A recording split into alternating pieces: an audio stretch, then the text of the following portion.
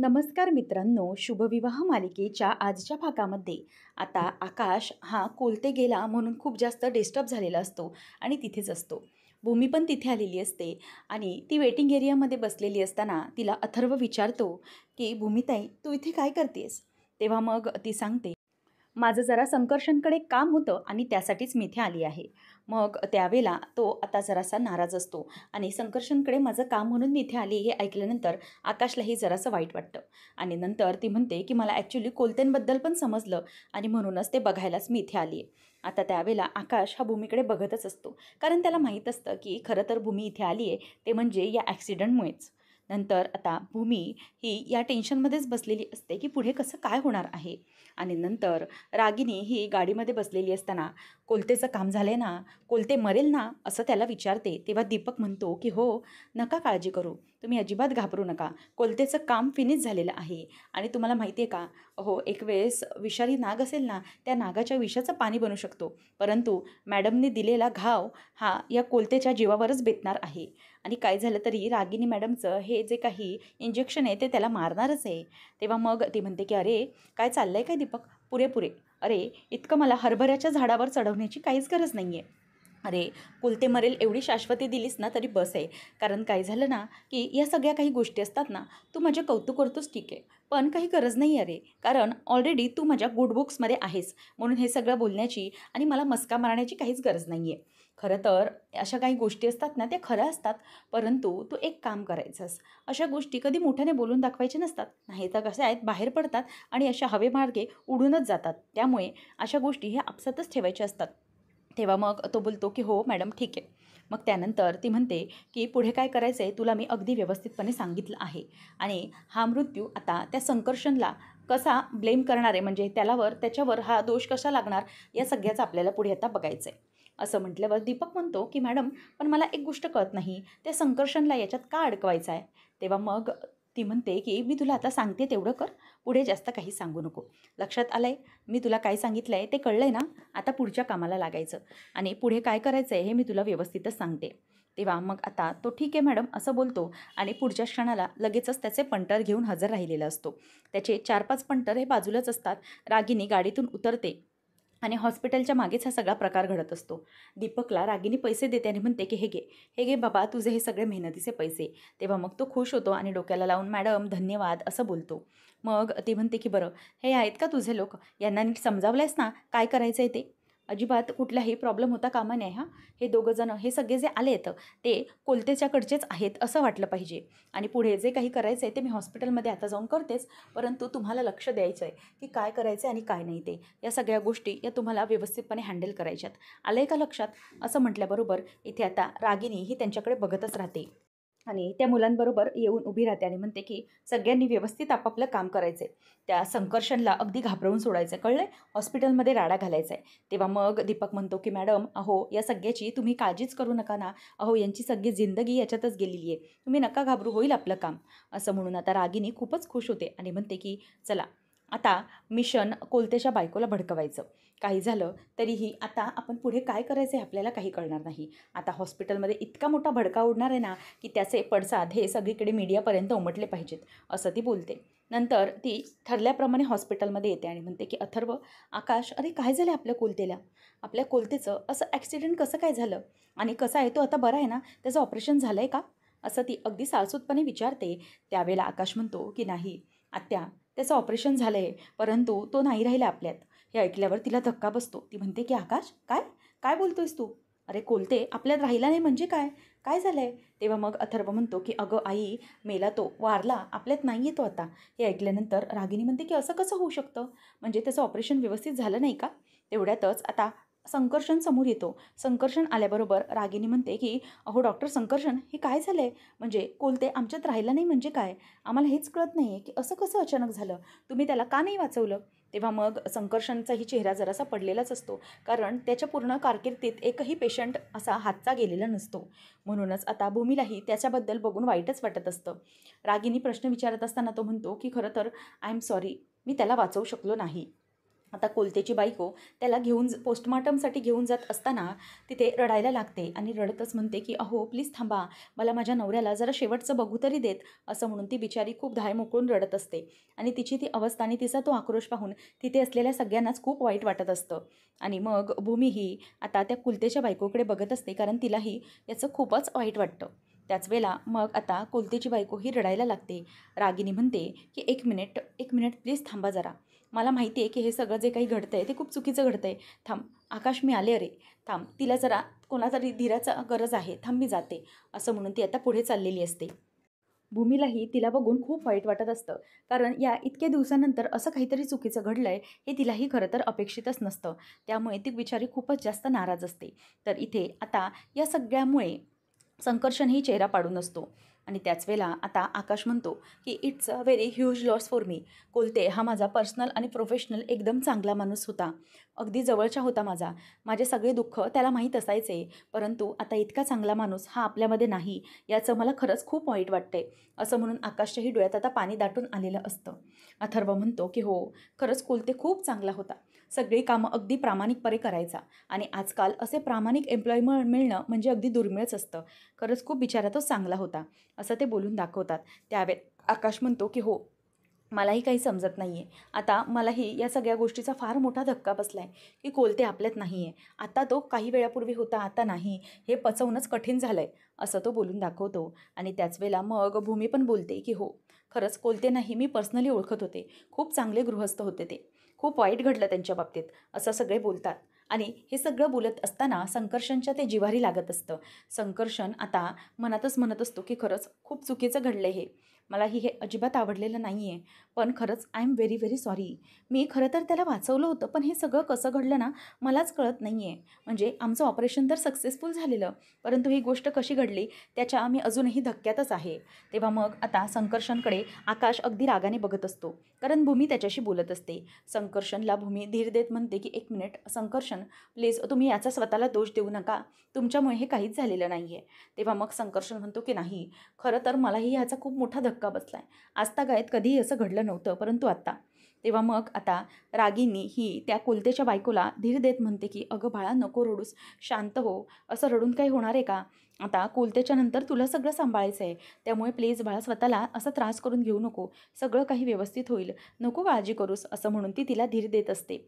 त्यावेळेला मग आता रागिनी म्हणते की बघ बघ, एकदा शेवटचं कोलतेला बघून घे, नंतर तो दिसणार नाही, असं म्हणून आता ती रडायला लागते. तर इथे दोन सिस्टरचं बोलणं सुरू असतं.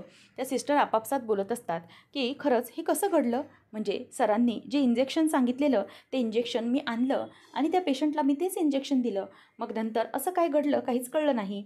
आता त्या दोघींचं जे बोलणं असतं, जे बोलणं हे रागिनीच्या कानावर पडतं. आणि मग आता ती सिस्टर म्हणत असते की मलाही कळत नाही हे कसं काय घडलं. आता तेवढ्यातच रागिनीला तो एक पॉईंटच भेटून जातो, म्हणून ती म्हणते की म्हणजे हे कसं काय घडलं आहे.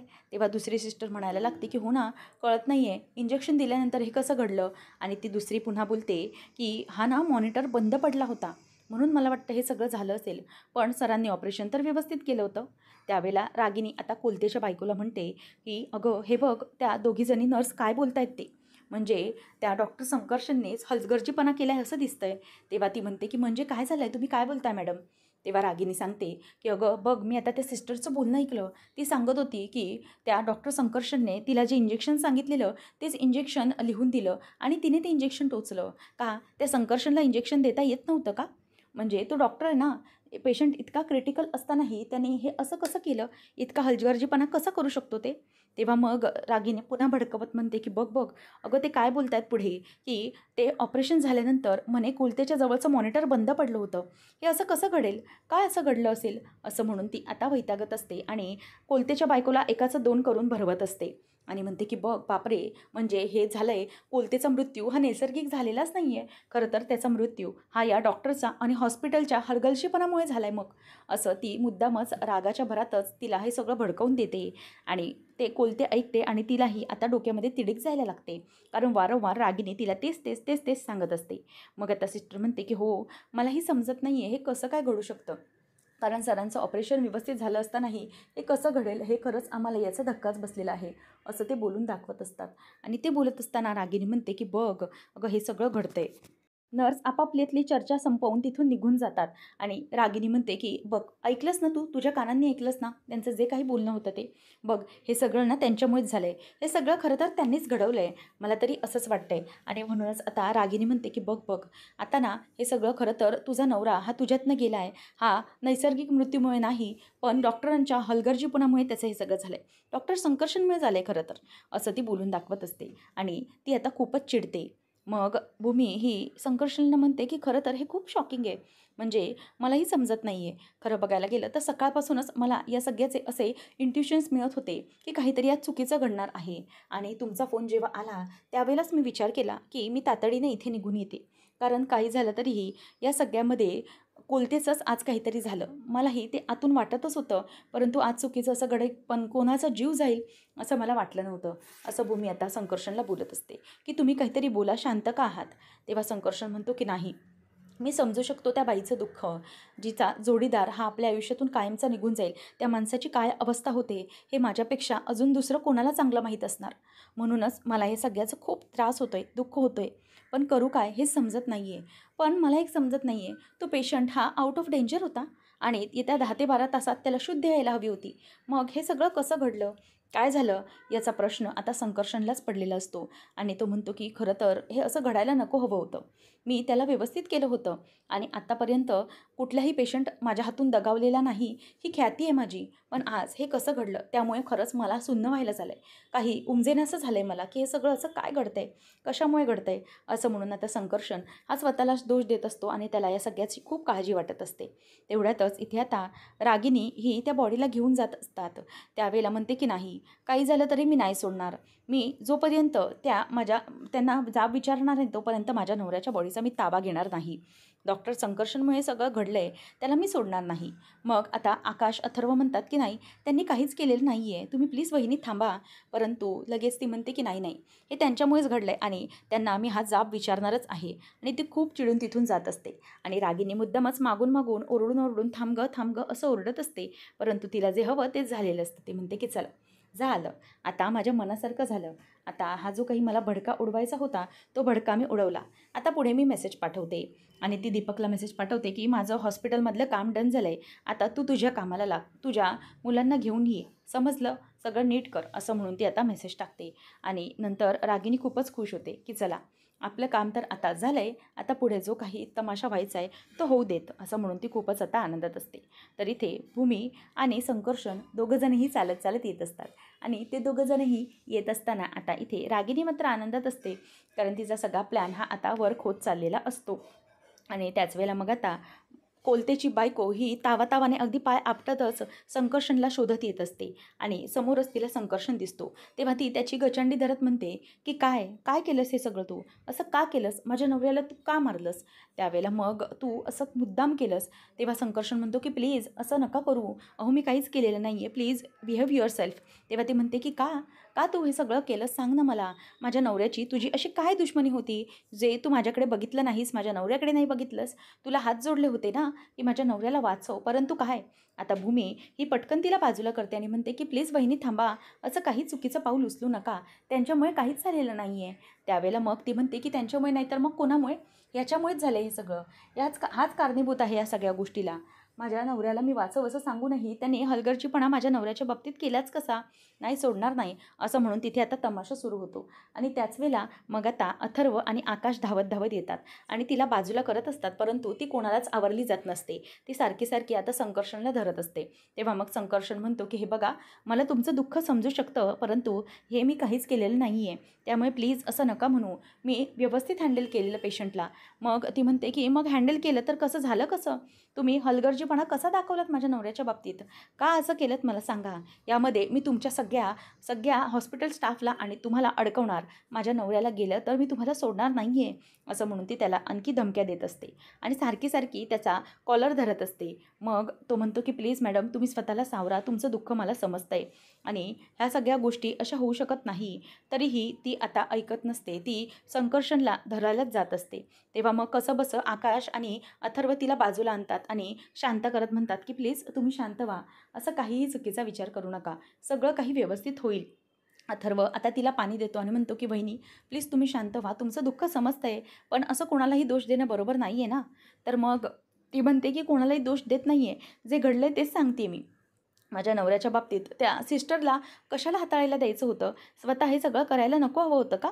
त्यावेळेला मग आकाश म्हणतो की "वहिनी, पण मला एक कळत नाही आहे की तुम्ही संकर्षणला इतका दोष का देताय? म्हणजे तुम्हाला असं का वाटते की हे सगळं त्याच्यामुळेच घडतंय म्हणून?" त्यावेळेला मग आता रागिनी बोलायला सुरुवात करते. रागिनी म्हणते की "हो, हो बाळा, मला तुझा आक्रोश कळतंय. प्लीज शांत हो. आपण काहीतरी करूया. या सगळ्यासाठी आपल्याला काहीतरी पाऊल उचलायलाच हवं. आपण तुझी दखल घेऊया. तू जे काही बोलतेस ते मला चुकीचं वाटत नाही आहे." त्यावरती म्हणते की "हो, मग बरोबर. माझ्या नवऱ्याला हे सगळं करत असताना यांनी जातीने लक्ष देणं गरजेचं नव्हतं का? माझा नवरा ज्यावेळेला आतमध्ये होता, त्यावेळेला या सगळ्या गोष्टी घडल्या. त्या जे महत्त्वाचं इंजेक्शन शेवटचं द्यायचं होतं, ते इंजेक्शन या डॉक्टरने नाही, तर त्या सिस्टरने द्यायला सांगितलं. आणि नंतर जेव्हा त्यांचं ऑपरेशन झालं, तेव्हा त्यांच्या जवळचा मॉनिटर बंद पडला होता. मग मला सांगा, की हा डॉक्टरांचा आणि स्टाफचा हलगर्जीपणा नाही तर काय आहे? त्याच्यामुळे माझ्या नवऱ्याचा जीव गेला आहे. हे त्यांना इतकं गांभीर्य समजत नव्हतं का? इतकं शांतपणे कसं घेत होते?" तेव्हा रागिनी म्हणते, की "हो रे हो आकाश, हिचे मुद्दे बरोबर आहेत. म्हणजे अगदी हीही चुकीचं बोलते असं मला काही वाटत नाही आहे." तेव्हा मग कुलतेच्या बायकोला ती शांत करते आणि म्हणते, की "हे बघ, मला माहिती आहे या सगळ्याचा तुला जबरदस्त असा धक्का बसला आहे. तू नको काळजी करू हां. आम्ही आहोत तुझ्यासोबत. आपण हवं तर त्या डॉक्टरवर कारवाई पण करू. परंतु तू शांत हो, शांत हो बघू." तेव्हा ती म्हणते की "नाही, आता मी अशी शांत होणार नाही आहे. काही झालं तरीही मी जोपर्यंत माझ्या नवऱ्याला न्याय मिळणार नाही, तोपर्यंत माझ्या नवऱ्याच्या बॉडीचा ताबा देखील घेणार नाही आहे मी." असं कोलतेची बाई आता बोलायला लागते आणि रागिनी तिला शांत करत असते. आणि नंतर मग ती तावातावाने तिथून रागानेच निघून जाते आणि म्हणते की "बस झालं. आता अजिबात सहन करून घेणार नाही." त्यावेळेला कुलतीची बायको निघून गेल्यानंतर आकाश म्हणतो की "आत्या, हे काय सगळं? म्हणजे वहिनी हे नक्की काय बोलत होत्या?" तेव्हा मग आकाशलाही आता सुचेनासं झालेलं नसतं. अगदी सुन्न होत असतं की काय करू आणि काय नाही. तेव्हा मग रागिनी म्हणते की "हो रे आकाश, कोलतेची बायको जे काही बोलत होते त्यात अगदी तथ्य होतं. म्हणजे त्या संकर्षणने हे मुद्दाम तर केलं नसेल ना?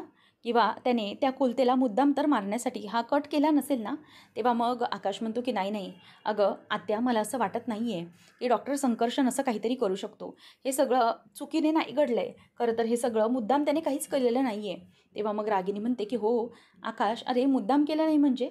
मुद्दामच केलेलं असणार आहे ना? त्याशिवाय हे सगळं घडलं का मला तू सांग." तेव्हा मग रागिनीला तो सांगतो की "अगं मुद्दाम नाही करणार तो. हे सगळं चुकून घडलं असेल." तेव्हा रागिनी म्हणते की "आकाश, तू त्याला ओळखत नाही आहेस. तू त्याच्याबद्दल जरा मागे विचार कर, मग तुला पटेल. अरे स्वतःचा जो पेशंट होता त्याच्या बायकोला त्याने भुलवलं आणि स्वतःच्या प्रेमाची भुरळ पाडली. आणि हा माणूस कसा असू शकतो याचं मी तुम्हाला वेगळं काही सांगायला हवं आहे का? आणि काय रे अथर्व, बघितलंस ना काय काय करतोय तो? म्हणजे क्षितिजाचा ताबा हा आकाशकडे सहजतेने जाऊ दिला, परंतु भूमीला सोडलं नाही. बघितलं ना काय करतोय तो? तो कसा आहे, कुठल्या प्रवृत्तीचा आहे? कदाचित मला वाटतं हे कोलतेच्या बाबतीत त्याने मुद्दामच घडवून आणलं असेल." अथर्व म्हणतो की "आई, अगं असं का? का केलं असेल त्याने? का मारलं असेल आपल्या कोलतेची? त्याची काय दुश्मनी?" तेव्हा रागिनी म्हणते की "अरे कोलतेची दुश्मनी नाही, पण आकाशबरोबर तर त्याची दुश्मनी आहे ना.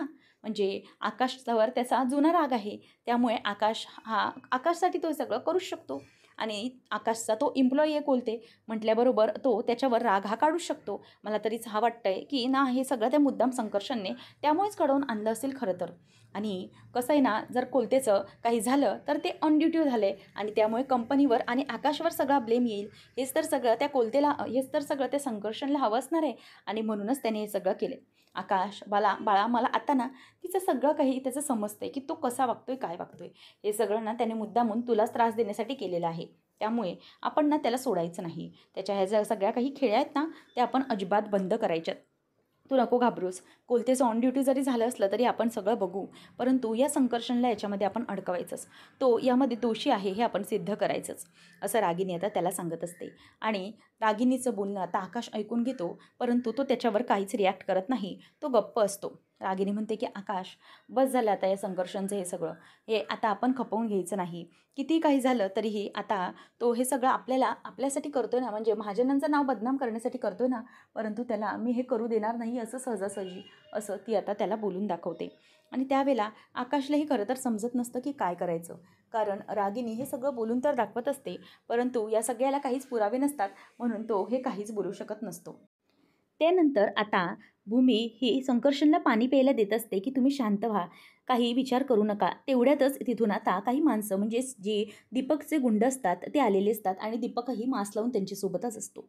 "काय रे, आमच्या कोलतेला काय करताना तुला कसं वाटलं नाही? त्याचा जीव घेतलास तू?" तेव्हा मग संकर्षण म्हणतो की "1 मिनिट, तुमचा काहीतरी गैरसमज होतोय.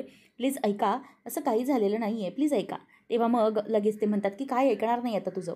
बस झालं. आता तुला आम्ही सोडणार नाही." असं म्हणून ते गुंड आता संकर्षणची कॉलर धरतात आणि त्याला तिथून बाहेर केबिनमधून बाहेर घेतात आणि त्याला बाहेर आपटवतात आणि त्याला मारायला सुरुवात करत असतात.